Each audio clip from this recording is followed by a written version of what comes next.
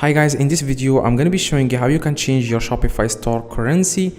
So just log in into your store. I'm going to do that right now. And after that guys, what you want to do guys, next to change the currency, you want to click on settings at the very bottom left. And then the next thing you want to do guys, you want to scroll down a little bit. And here it says here store currency. And here it says again store currency. Click on the currency that you currently have. And here you have to select the currency that you really want. Like for example, dollars. In the top you can find dollars.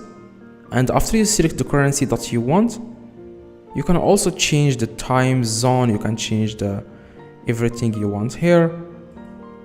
You can customize everything. Now after you change guys your store currency, make sure you click on save in the top right.